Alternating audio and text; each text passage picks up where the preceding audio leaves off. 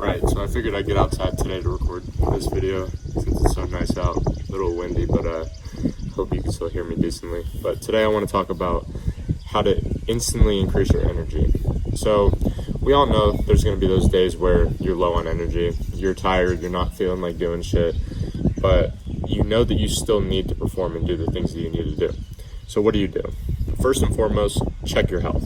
Just spend a couple minutes sitting there being fully present and fully aware of your body to see if there's any aches or pains. Because I know for a fact from my experience that if I wake up on a morning and my knees might be hurting a little bit, I know that my energy levels mentally that day are going to be lower compared to if I woke up and I don't have any aches or pains anywhere. Secondly, when it comes to our health within the same spectrum, recall everything you've eaten within the last 24 hours. Because as I mentioned plenty of times before on this channel, the food that we eat is directly correlated to not only one, our mental health, but two, our brain's ability to focus and our brain's ability to function at a high level. If you eat like shit, you're gonna perform like shit, whether that's physically or mentally. It's just as simple as that. Third one, sleep. Think about how long you slept last night. Did you eat right before bed? Did you wake up in the middle of the night? All of these little tiny disturbances can fuck up your sleep cycles, and it can directly affect how you feel the following day as a result of it. So maybe you might need a little bit of extra caffeine the next day, which is perfectly fine. I think caffeine is a super drug and should be utilized on those days that you feel a little bit more tired than usual. Number 4, workout.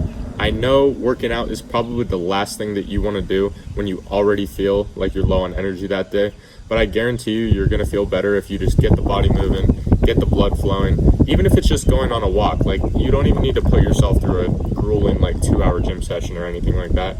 Just go on a 30 to 45 minute walk outside, which actually leads me into my 5th point, which is getting sunlight. A lot of kids nowadays, and it might even be you if I'm going to be blunt with you, but a lot of you guys haven't even seen direct sunlight outside of through a car window or through your bedroom window for multiple days in a row, and you wonder why you guys' health is so bad at such a young age. Our ancestors literally spent all day out in the sun hunting and gathering for their families, and we've transitioned now into a world where we're constantly locked in our rooms behind artificial blue light that damages our eyes, damages our sleep, and then not even to mention the shit that we're looking at on those screens, like TikTok, video games, porn, shit like that's absolutely destroying your brain, and you wonder why you don't feel like doing shit throughout the day and you're so tired all the time. If you were to physically shake the hand of one of your ancestors from the tribal days, he would probably accidentally break a couple of the bones in your fingers just because of how weak we've become nowadays. Like, the hand pressure in a handshake in men is the lowest it's ever been, and the last time I checked, I think females' hand pressures are actually more than males nowadays. So if you cover all these bases and you still feel like shit and you still feel tired and you don't feel like doing anything, then I'm going to tell you the harsh truth, which is you just need to force yourself to do it.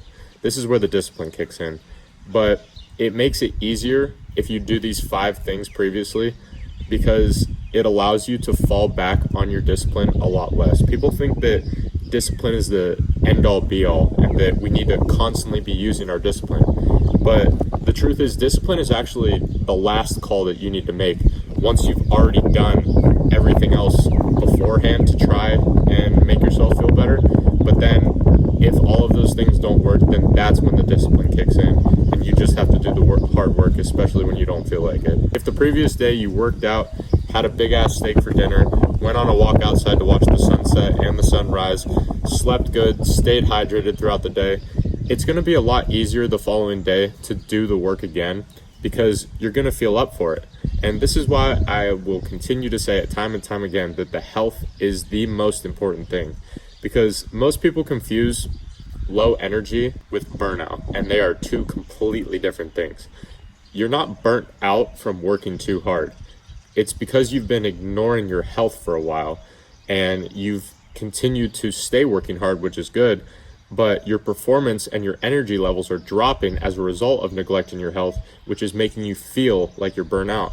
And this is a whole nother topic for a whole nother video, but this is why people don't stay consistent with business models, workout plans, diet plans, whatever it might be, because they work hard for a few weeks or a few months or however long, and then they slowly begin to neglect their health and they start losing their mojo, they start losing their energy, and their performance starts dropping. And then the first thing that they think is, well, okay, I'm just burnt out, I must not want to do this thing anymore, so I guess I'll just switch business models, or I'll switch to a new fad diet or a new workout program. It sounds fucking ludicrous, but it's the truth with most people nowadays. Take care of your health and you will take care of the work that you need to do, I promise you. And the last thing I'll say on this is that if you've made it this far in the video, you have a better attention span than 99.9% of the population. So to reward you for that, here's a bonus piece of advice just for you. This thing I do is a last resort, last ditch effort when all else fails, when the previous 5 things I tried don't work, when I try and fall back on my discipline, that doesn't work, just nothing seems to be working that day. This is what I do. If you want to do this with me right now, I want you to sit here and visualize with me. Envision your competition waking up on a morning and feeling exactly how you feel when you're low on energy and you don't feel like doing the work that you know that you need to do on a given day. Visualize that alarm clock going off in the morning, and on one side there's you, who still gets out of bed, rolls out of bed, hits some push-ups, goes into the bathroom, splashes some cold water on his face, and says, fuck it, I'm gonna do the work regardless. And then on the other side, you see your competition. Put a name and a face to him if you want, which will make it even more powerful.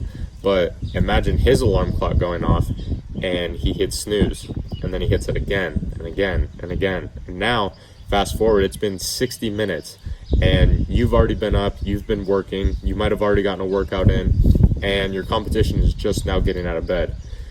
You've gained an extra hour of work on him now, and you've extended the gap between yourself and your competition. That extra hour might have been all that was needed in order for you to get one step ahead of your competition, in order to cross the finish line first. And at that finish line was the generational wealth, the ability to retire your parents, the traditionally 10 out of 10 feminine woman just for you, who's ready to bear your children. Winning the battle in your head of these little micro decisions day after day might be the difference between you winning or your competition winning. If you followed along with me, I know the hair on your arms is probably standing up right now, and I know for me at least, I have a surge of energy flowing through my body right now. And this practice is similar to what the fitness community calls like the forbidden pre, which is where like you read back like old text messages from your ex or whatever as like pre-workout, before workout, because it gets you motivated or whatever. But that shit's real, bro. Like sometimes when all else fails, you have to tap into that dark side in order to just get yourself to be able to force yourself to just do the work when you don't feel like it. So I hope this helped. Let me know how you get on with this. Try the first 5 things first. If those don't work, fall back on the discipline. If that doesn't work, then tap into that dark side as your secret power that you can have in your back pocket in order to crush your competition. Even just speaking that visualization out to you got me a little fired up, and the hair on my arms is still fucking standing up and I got goosebumps and shit. So I'm actually at a park right now, and there's a soccer field over here to the right of me, so I'm gonna go hit a little bit of a workout because that shit got me fired up. But remember to push through those days, especially when you don't feel like it, because those days that you push through it when you feel like shit, your competition might also feel like shit, and he might not push through that day, and that might be the window of time that you needed in order to win. And when you do win, remember, success is not the best revenge, it's the only revenge.